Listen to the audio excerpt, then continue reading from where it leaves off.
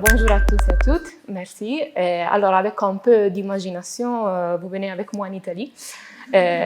Si vous fermez les yeux, vous pouvez voir les collines de Toscane. Et en effet, je vous présente ma recherche. Vous voyez, le paysage, c'est le protagoniste, mais aussi les sociétés et les communautés qui habitaient dans ce paysage dans l'Antiquité.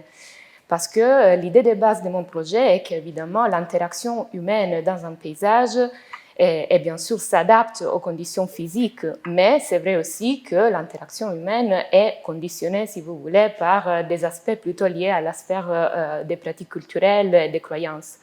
Et alors, si on doit analyser le paysage comme un document qui cache un peu des traces des communautés qui y habitaient dans le passé, c'est vrai que l'archéologue, en étant détective, doit déchiffrer ces traces plus ou moins cachées. Et alors, comment faire tout ça? C'est très difficile, mais pas impossible.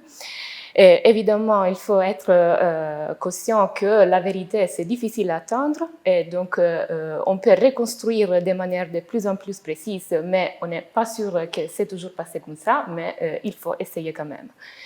Et alors, je vous présente en très résumé tout ce que j'essaie de faire. Avant tout, la recherche se focalise sur ce qu'on peut définir comme les paysages liminaires, c'est-à-dire des paysages qui se trouvent aux limites des communautés, des limites qui sont à la fois politiques, administratives, donc des limites intangibles, si vous voulez, mais quand même qui sont des frontières réelles entre communautés politiques et culture matérielle qu'on peut distinguer à un niveau archéologique. Mais parfois, ce sont aussi des frontières réelles, par exemple montagnes, des forêts, des sources thermales, et parfois on a aussi la présence des sanctuaires extra-urbains qui se trouvent placés dans des frontières. Et alors, si on regarde à niveau archéologique, on voit que parfois dans cette zone-là se concentre toute une série de caractéristiques qui font poser la question: pourquoi des changements particuliers qu'on peut regarder à niveau archéologique se passent dans cette zone? Et alors, c'est pour cette question-là que je me focalise sur le territoire de Volterra. C'est une puissante ville étrusque qui se trouve au milieu, dans une position centrale en Toscane. Et on peut dire la période chronologique que j'aime bien, c'est assez longue, c'est à partir du IIIe siècle avant Jésus-Christ jusqu'au Ve siècle après. Mais pourquoi? Parce que le cas de Volterra nous fait bien comprendre que le paysage et les élites et la société en général qui habitaient dans ce paysage doivent être comprises ensemble. Parce qu'en vrai, Volterra, c'est une des villes qui on peut dire, qui va garder le plus longtemps possible son identité étrusque, même si ces élites sont très bien intégrées dans l'Empire romain.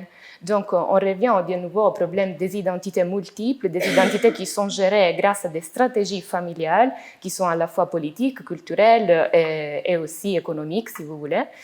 Et quand on regarde à niveau archéologique qu'est-ce qui se passe avec l'évolution du peuplement, on voit que dans ces zones liminaires se passe la majorité des changements.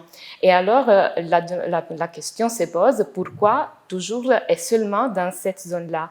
Et quel est le rôle des élites?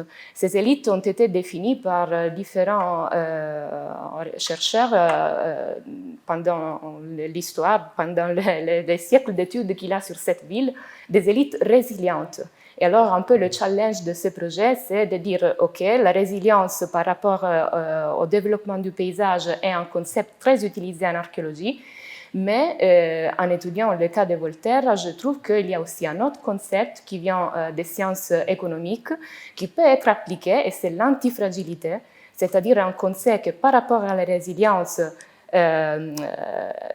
cherche à individuer un système qui s'améliore en apprenant à partir de ses faiblesses tout à fait, s'améliore en apprenant comment survivre des chocs, donc comment apprendre s'il y a une crise qui se passe dans un paysage, comment on peut survivre. Il faut garder mémoire de ce qui se passe, et donc c'est un peu compliqué à expliquer, mais il y a des formules heuristiques, il y a donc des moyens pour développer ces concepts dans les sciences dures.